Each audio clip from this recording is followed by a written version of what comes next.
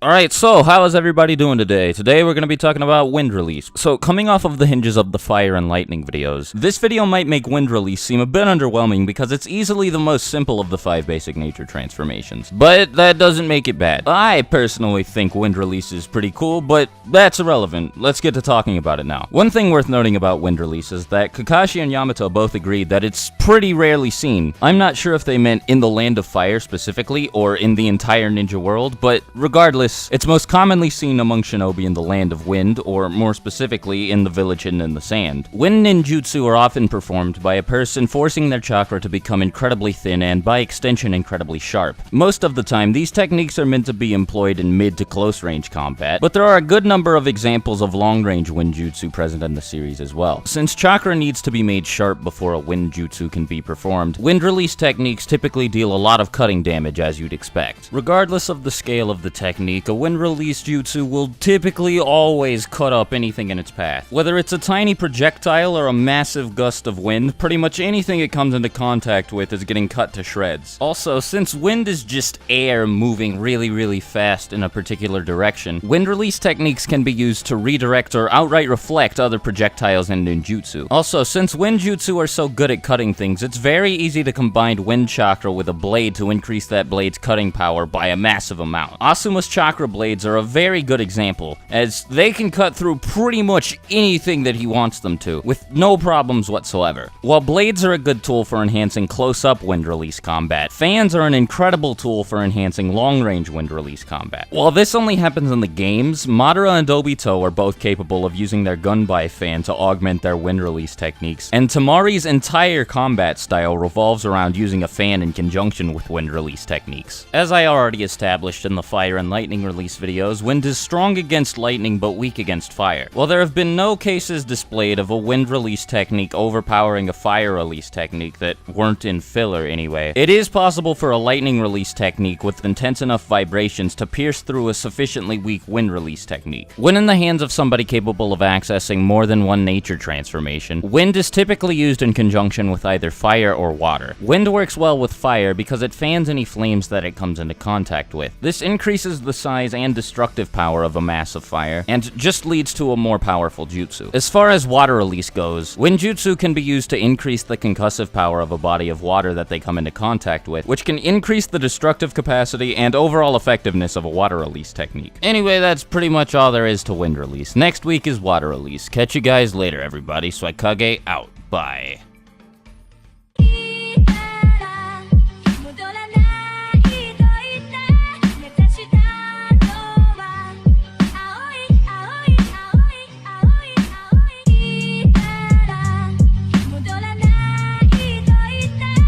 Get back here, Majin Buu.